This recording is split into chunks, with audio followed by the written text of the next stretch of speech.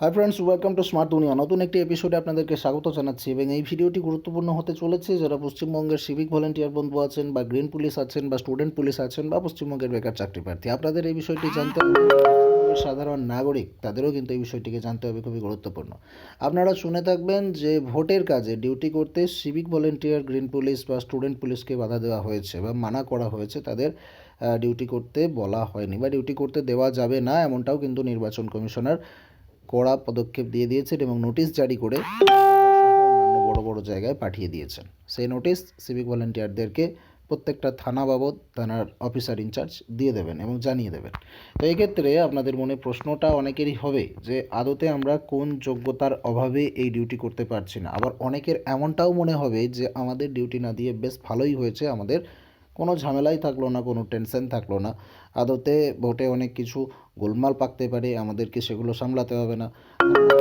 সেরকম ট্রেনিং নেই, আমাদের হাতে কোনো অস্ত্র থাকে না, আমরা ভিড়ভাট্টা সামলাতে পারবো না, বা আমাদেরকে কঠিন যে ডিউটি ভোটের সময় দীর্ঘ সকাল থেকে রাত পর্যন্ত করতে হবে না, আমাদের পক্ষে ভালো। এই সমস্ত প্রশ্নগুলো কিন্তু অনেকের মনের মধ্যে আসছে, যে আমি আপনাদেরকে এই ভিডিওতে আজকে কনফার্ম করে দেব যে আদতে আপনারা ডিউটিটা না পেয়ে সেটা ভালো না মন্দ, বা নির্বাচন কমিশন বিধানসভা নির্বাচনে সিভিক ভলেন্টিয়ার, গ্রিন পুলিশ এবং স্টুডেন্ট পুলিশকে কী কী দায়িত্ব দিচ্ছেন এবং কী কী করতে মানা করছেন, প্রকৃতপক্ষে জানা দরকার। আর যারা মনে করছেন আমাদের ডিউটিটা দেওয়া হয়নি, বেশি ভালো হয়েছে, তাদের প্রতিক্রিয়া কী হওয়া উচিত। আর যারা মনে করছেন আমরা ডিউটিটা করতে পারছি না কারণ আমাদের কোনো কিছুর অভাব আছে, আমাদেরকে পুলিশ বলে মর্যাদা দেওয়া হচ্ছে না, সেই জায়গাটাও কিন্তু আপনারা এই ভিডিও থেকে ক্লিয়ার করতে পারবেন। অবশ্যই শেষ পর্যন্ত সঙ্গে থাকুন, এই ভিডিওটি গুরুত্বপূর্ণ হতে চলেছে। ভিডিওতে যদি লাইক এখনও না করে থাকেন, ভিডিওর নিচে লাইক বাটনে ক্লিক করে লাইক করে রাখুন। আর স্মার্ট দুনিয়া ইউটিউব চ্যানেলকে সাবস্ক্রাইব আপনি রীতিমতো ডেলি সিভিক ভলেন্টিয়ার সংক্রান্ত এবং চাকরির পরীক্ষা সংক্রান্ত আপডেট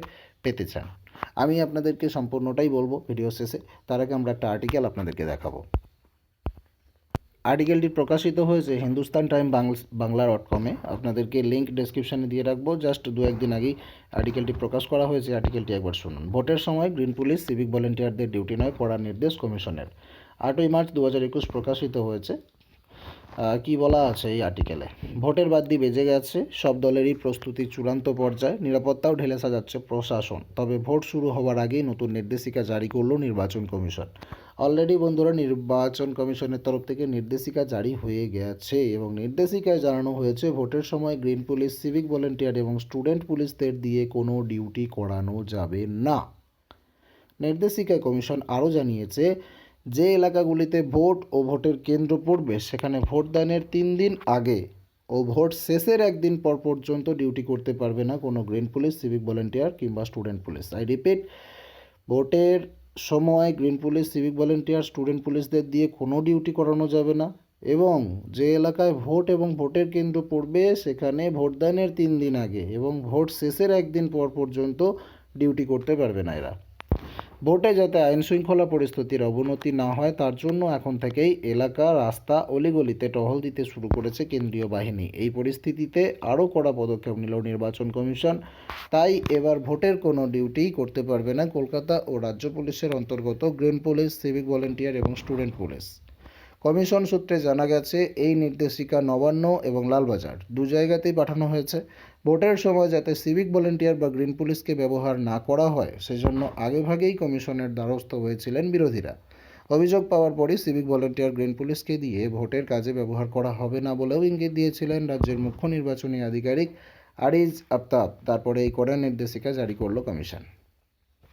তো বন্ধুরা, আর্টিকেলটি আপনারা দেখলেন। আর্টিকেলটির লিঙ্ক আমি ডেসক্রিপশনে দিয়ে দিচ্ছি।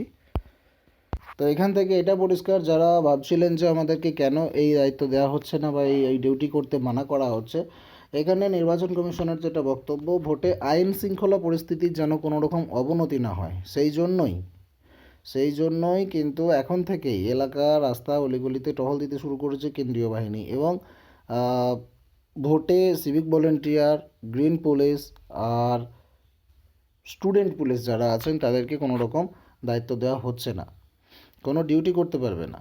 কড়া পদক্ষেপ নিতে চাইছে নির্বাচন কমিশন, আর সেজন্যই কিন্তু তাদেরকে এই ডিউটিতে বাধা দেওয়া হচ্ছে।